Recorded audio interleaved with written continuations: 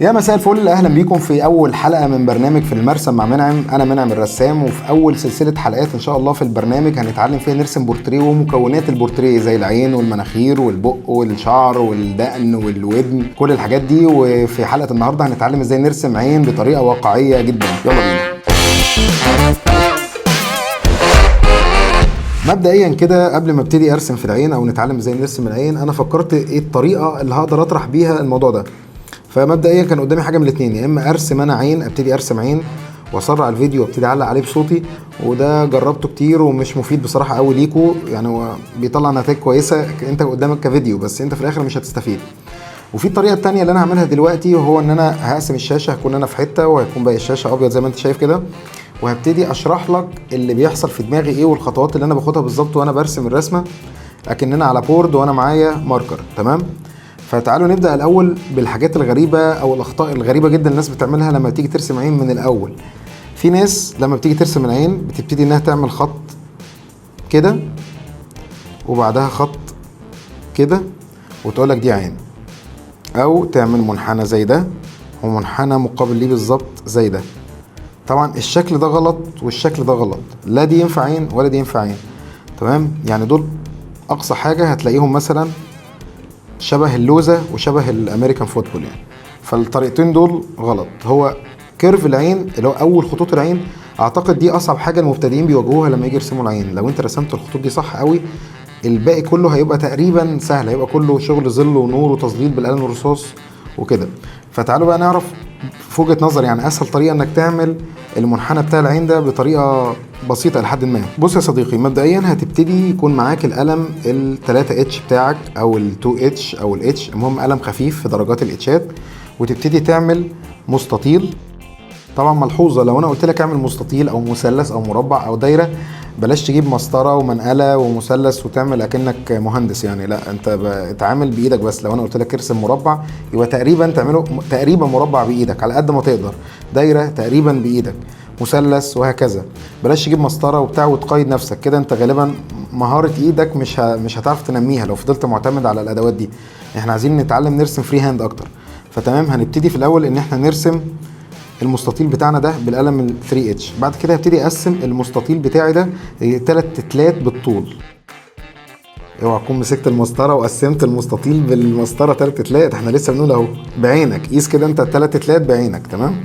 بعد كده هناخد من هنا من تحت تلت كمان، وهنرسم العين جوه المستطيل ده. مبدئيا العين بتاعتنا دي نقطه البدايه ودي نقطه النهايه. انا هدفي ان انا اوصل من النقطه دي للنقطه دي ومن النقطه دي للنقطه دي. طب ازاي؟ مبدئيا خلينا نعمل منحنى خفيف هنا كده، ومن النقطة دي هنرسم منحنى تاني للنقطة دي، ومن تحت هنا هنرسم منحنى خفيف قوي اقرب لخط مستقيم من تحت. تمام؟ هنبتدي بالقلم الاتش بي، هنبتدي ننعم الكيرفات دي. طيب ملحوظة هنا، شايف النقطة دي بداية العين، ما ينفعش تبقى نقطة وطالع منها كيرف وكيرف، الطريقة دي غلط. دي طريقة مثلا ممكن تعملها وانت بترسم سمكة، تمام، انما ترسم بيها عين ما ينفعش. تمام؟ الحته دي هنعملها بالطريقه دي، نص دايره وهي اللي يطلع منها الكيرفات. ليه نص دايره؟ عشان الحته دي هي اللي بيبقى فيها الحته الحمراء اللي في العين او لحمه العين، او الحته اللي بينزل منها الدموع وطلع منها القناه الدمعيه من ورا. فالحته دي ما ينفعش تبقى بادئه نقطه، هي الشكل ده الصح عشان ينزل منها الدموع. دي كانت ملحوظه على الماشي. نكمل تاني شغلنا. فقلنا بالقلم البي هنبتدي ننعم الكيرفات، وفي التلت الاولاني هنبتدي نعمل كيرف، هو ده اللي هيبقى فيه الحته اللي احنا كنا بنحكي عليها اللي بيكون فيها الدموع او الحته اللحمه الحمراء اللي جوه العين. كده فاضل الجفن اللي فوق والجفن اللي تحت. الجفن اللي فوق والجفن اللي تحت هو عباره عن خط فوق غالبا ماشي مع نفس منحنى العين بالظبط، بس بيبقى ضيق شويه من هنا، ومن تحت بيبقى ضيق في الاول، من هنا بيبقى ضيق او قريب يعني من العين، بعد كده يطلع على واسع. تمام؟ دول خط الجفن اللي فوق، خط الجفن اللي تحت. طيب كده بالنسبه لي فاضل النني. قبل ما نرسم النني انا عايز ارسم النني بره لوحده، اعرفك هو بيترسم ازاي وبيتظلل ازاي. مبدئيا النني هو عباره عن دايره كامله جواها دايره تانية اصغر اسمها بؤبؤ العين. النني دايما في خطوط من بره لحد جوه، كلها مركزها هو بؤبؤ العين. بس طبعا احنا مش هنرسمه كده في الاخر.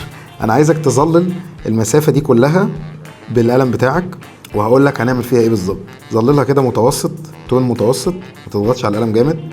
بعد كده عايز اطراف النني من بره، اطراف النني من بره تبقى غامقه كلها من البدايه للنهايه.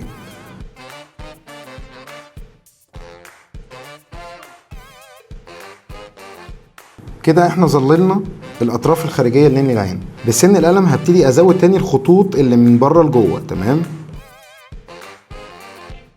فاضل اخر حاجه، وهي ان احنا هنعمل لسعه النور اللي دايما موجوده في النني.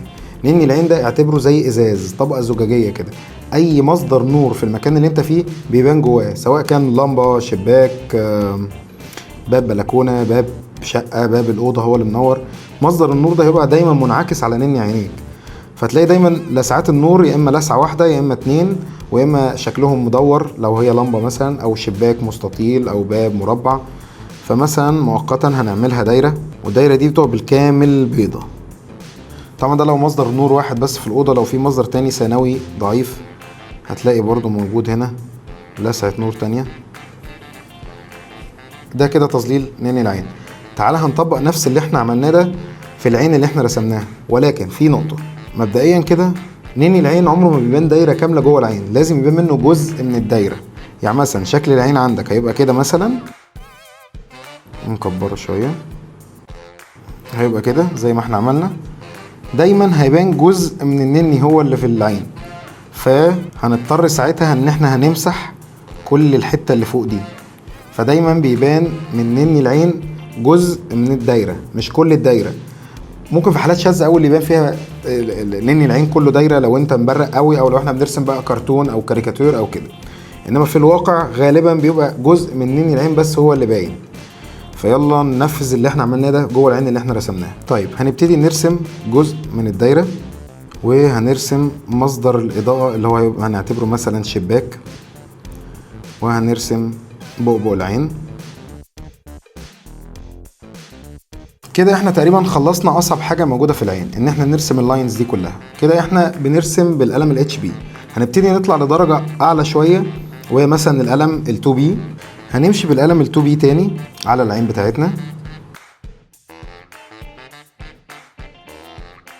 طيب تمام، كده العين بتاعتنا واضحه جدا جدا جدا. هنبتدي نرجع للقلم الاتش بي بتاعنا ونرسم ميد تون، نعمل شادوز كده حوالين العين كلها، حوالين كل المساحه اللي قدامنا، عشان نحاول نفصل العين بتاعتنا عن البياض بتاع الورقه. تمام. يعني بجنب القلم كده خفيف قوي قوي قوي قوي، هحاول بس ايه ندي شادوز خفيفه قوي حوالين العين كلها وجوه العين. نبعد بياض الورقه عن العين، عشان لما نيجي نعمل لسعات نور او حاجه جوه العين تبان، وعشان لما نيجي نعمل شادوز قويه تبان ان العين 3 دي طالعه من الورقه. ودايما يا جماعة اعرفوا ان الرسم البورتريه او الرسم بالرصاص بيبقى بيعتمد على اللايرز، ان انت تفضل تحط طبقة فوق طبقة فوق طبقة فوق طبقة. هتلاقي الكونستراكشن بتاع الحاجة نفسها بسيط. يعني العين وانس ان انت ترسم المنحنى صح وتوقع ان العين صح، خلاص كده تقريبا الرسمة خلصت. الباقي كله بقى محتاج صبر وتقل، وما تستعجلش يعني. ولو لقيت حد بيرسم من اول مرة منحنى العين صح جدا وبتاع، ما تتفاجئش وما تتعقدش، عشان هو غالبا هيكون رسمه 1000 مرة قبل كده، فهو بيرسمه حلو مش عشان هو فظيع، لا عشان هو اتمرن كتير. فانت كمان اكيد هتتمرن كتير، هتعرف ترسم العين على طول من غير المربعات اللي انا قلتها لك في الاول، من غير الكلام ده كله يعني. بس مع التمرين الكتير، مش فجأة كده هترسمها كده. طيب كده احنا عملنا الميد تون او التون اللي اغمق من الابيض شوية تحت العين. هنبتدي ناخد القلم الاتش بي ونبتدي نظلل الجفون اللي فوق والجفون اللي تحت بالطريقة دي.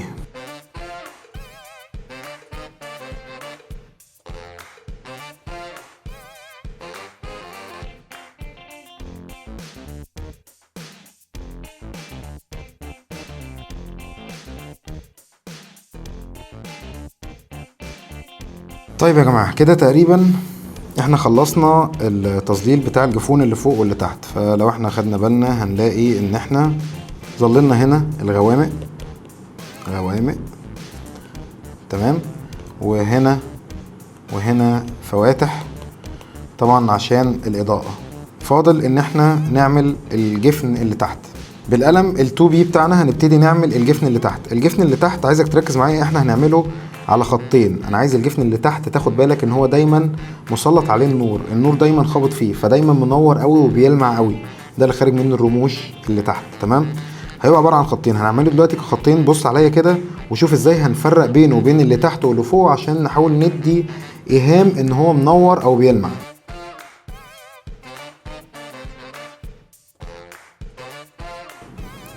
طيب هو ده الرمش اللي تحت، عملنا له خطين كده. الخطين دول بينهم الجفن ده هحاول اسيبه دايما لونه ابيض او اقرب للابيض عشان يبان ان هو بيلمع، وده اللي انا هخرج منه الرموش بعد كده. طيب عشان تبين ان هو بيلمع هعمل شادوز فوقيه بسيطه وشادوز تحتيه بسيطه عشان ابين ان هو لونه ابيض. يلا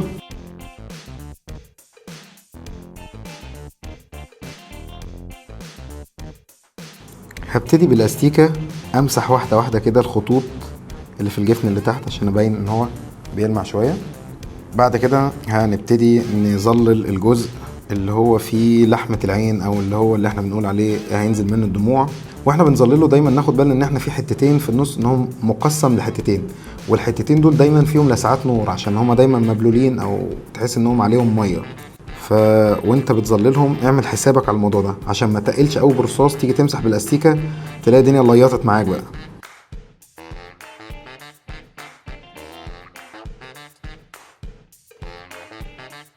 فاضل بياض العين ونني العين. مبدئيا كده بياض العين لازم تبقى عارف ان هو مش ورقه بيضه محطوطه ورا النني بتاعك. بياض العين ده جزء من كوره جوه الجمجمه عندك، فالكوره دايما لو وقع عليها نور بيبقى فيها حتت فيها ظل وفيها حتت فيها نور، فينفعش تسيبه ابيض خالص. بياض العين مش ابيض، ما تسيبوش ابيض. هنبتدي ان احنا نديله ظل من فوق عشان احسس ان اللي بيتفرج ان هو كوره او دايره او طالع، واسيب البياض مش بياض قوي برضو تحت. يعني انا هبتدي الظل من فوق وانزل تدريجي لحد تحت. تمام، عشان الجفون وكل الحاجات اللي فوق البياض العين عامله شادوز عليه، فلازم ابين انا الظل ده. فيلا نبتدي فيه.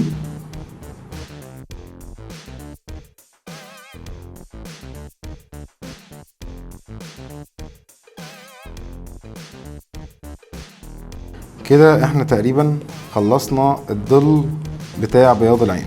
فاضل ان احنا نعمل النني. هنضلل النني بنفس الطريقه اللي احنا قلنا عليها في اول فيديو لما عملنا النني كدايره. فيلا بينا. هناخد بالنا ان احنا ما ننساش المربع اللي احنا سايبينه كمصدر النور جوه النني، وهنضلل اطراف النني بالغامق. كده تقريبا خلصنا النني، بس فاضل ان احنا نستخدم اعلى درجه للرصاص معانا وهي ال6 بي، او لو انت عندك 8 بي يبقى تمام. هنستخدم دلوقتي ال8 بي وهو اتقل رصاص، درجة رصاص اغمق حاجة. هنعمل بيها بوبو العين ونبتدي نعيد تاني على اغمق حتت في العين. هنعمل لاير تانية بال8 بي تاني.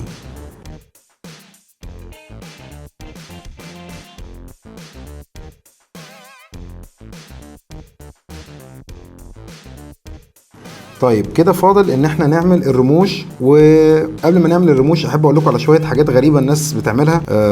مثلا في ناس بتبتدي تعمل الرموش بالطريقه دي كده. طبعا الطريقه دي كارثه سودا، ما حدش يعمل كده خالص. تمام.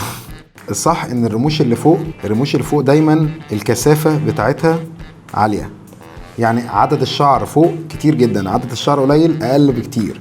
طيب اتجاهات الرموش اللي فوق اتجاهاتها كلها، لو احنا هنشتغل من على طرف العين في الاتجاه ده نوصل للنص نبقى في الاتجاه ده، نيجي الناحية دي نبقى في الاتجاه ده. طيب واللي تحت اتجاه ده لحد النص، وهنا الاتجاه ده. فالرموش ليها اتجاهات، بلس ان الرموش مش منتظمة. يعني مينفعش تعمل كده كده كده كده كده، هي مش مكنة. لا، الرموش مش منتظمة. تلاقي شعرة داخلة على شعرة، شعرة لازقة في شعرة، وهكذا. عشوائية شوية، هي كلها في نفس الاتجاه الكيرف كده، بس مش شعرة جنب شعرة جنب شعرة جنب شعرة، لا خليهم متداخلين. تمام، تعال ننفذ. كده احنا عملنا الرموش اللي فوق. تعالوا نشتغل على اللي تحت. برضو بتبقى شعرة على شعرة او شعرتين لازقين في بعض. بلاش تعملها كده، ده غلط ده صح. تمام، تعالوا نطبق. يا سلام بقى، يا سلام لو انت بقلم اخف شويه زي ال2 بي مثلا او الاتش بي، نديها ظل لكل شعره تحت، عشان احنا قلنا الجفن اللي تحت النور واقع كده كده عليه، فلما شعره تطلع منه اكيد هيبقى ليها ظل تحتها. فلو عملنا طريقه خفيفه قوي كده ظل لكل شعره تحتها هتدي شياكه في الرسمه شويه. تمام، شايفين ادت شكل برضو 3D للرسمه اكتر. طيب فاضل كده الحتت البيضة اللي في الرسمة، اللي هي غالبا احنا بنعملها بالاستيكة، سواء استيكة فحم او القلم الاستيكة اللي هو بيتبري. فلما نيجي نشتغل في لسعات النور او الابيض هتلاقي عندك الحتة اللي جوه العين تتأكد انك مساحة كويس بالاستيكة اللي هي مصدر النور، ونعمل كام لسعة نور جوه الحتة اللي فيها الحتة الحمراء اللي في العين اللي احنا قلنا عليها. وممكن تعمل لو هي بنت، لو احنا بنرسم عين بنت زي دي كده، تعمل شوية خطوط بيضة فوق عند الجفون، وعند الجفون اللي تحت شوية لسعات نور على الشعرات من جذورها كده، بس حاجة بسيطة. ولو عايز تدي احساس برضو ايه شوية مية كده في بياض العين، ممكن نديله لسعات تاتشات نور كده جوه زي الخط اللي تحت البياض خالص ده. لسعة النور هنا تفرق، تبان ان دي عين حيه، عين فيها سائل، العين مش جافه عندنا فدايما فيها ميه. فلو احنا كنا سيبنا بياض العين ابيض خالص ما كنتش هعرف ادي الاحساس ده او الافكت ده. تمام. فاضل اخر حركه كده ممكن نعملها يعني فرد عضلات واستعراض قدام الناس. المربع اللي احنا سايبينه في نني العين اللي هو المفروض ان هو بيعكس النور اللي قدام وشنا، ممكن نديله تفاصيل اكتر، زي ان احنا نرسم جواه انسان واقف قدامنا مثلا، او نرسم ظرف للشباك لو ده شباك، او نسيبه فاضي خالص. بس يعني ايه، تعالوا كده نجرب ان احنا نرسم جواه مثلا بني ادم مثلا بيحاول يديك حاجه او بيسلم عليك، فطبعا بيبان ان هو ظل عشان النور واقف وراه، فما بنرسموش بتفاصيل يعني قوي. تمام، ده ممكن، دي طريقه. طيب طريقه تانية ان احنا نرسم الشبابيك نفسها، وطبعا لما تيجي ترسم ما ترسمهاش بالظبط قوي عشان عينينا عامله زي عدسه كاميرا كده بتخلي الحاجه فيش اي، فانت ارسمها مقعره شويه كده. احنا رسمنا الشباك. او اخر حاجه ممكن تسيبها بيضه بس تعمل شويه انعكاس للرموش اللي فوق في الحته البيضه اللي في جوه نين العين او انعكاس الضوء ده. وبكده نكون خلصنا رسمة العين. فهنراجع تاني على كل الخطوات اللي احنا عملناها من اول فيديو. اول حاجة بدأنا ان احنا نرسم مستطيل، بعد كده قسمناه تلت وتلت وتلت من تحت، وقدرنا ان احنا نرسم كيرف العين صح. بعد كده اتعلمنا ازاي نرسم نني العين ونظلله صح، بعد كده نوقعه جوه العين بحيث ان هو يبقى جزء من الدايرة. بعد كده ابتدينا نستخدم الاقلام بتاعتنا الاتش بي وال2 بي في ان احنا نبتدي نظلل الجفون والبياض بتاع العين ونني العين كل الاجزاء. بعد كده اتعلمنا اتجاهات الرموش. بعد كده ابتدينا ننفذ بأتقل قلم معانا اللي هو 8 بي، وابتدينا زائد الاستيكة كمان ان احنا نطلع لسعات النور، ودي هي العين بشكلها النهائي معانا. وبكده نكون خلصنا حلقة العين. فأتمنى تكون عجبكم وأتمنى تكون استفدتوا. لو عندكم أي أسئلة وأي استفسارات يا ريت تسيبوها لي في الكومنتات تحت، وأنا إن شاء الله هرد عليها، واحتمال أعمل فيديوهات كمان تانية أرد فيها على أي استفسار في الكومنتات تحت. ولو الفيديو عجبكم يا ريت ما تنسوش تعملوا لايك وشير، ولو أنتوا على يوتيوب اعملوا سبسكرايب أو اشتراك في القناة معانا، ودوسوا على زرار الجرس ده ضروري عشان يجيلكم نوتيفيكيشن بالفيديو الجديد إن شاء الله اللي هي تبقى حلقة المناخير. ولو أنت قدرت تتمرن أنت أو معاك حد صاحبك وقدرتوا تعملوا عين زي دي، او حتى لو ما قدرتش توصل لحد الاخر، ابعت لي الخطوات بتاعتك وابعت لي الرسمه النهائيه بتاعتك على الاكونت بتاعي على انستجرام، هتلاقيه في الديسكريبشن تحت، هو ايه منعم في انستجرام. ابعت لي المسج وان شاء الله هطلع الرسمه بتاعتك معايا في الحلقه الجايه، ولو في اي ملحوظات هقول لك عليها برضو. وكان معاكم منعم واول حلقه في المرسم. باي باي.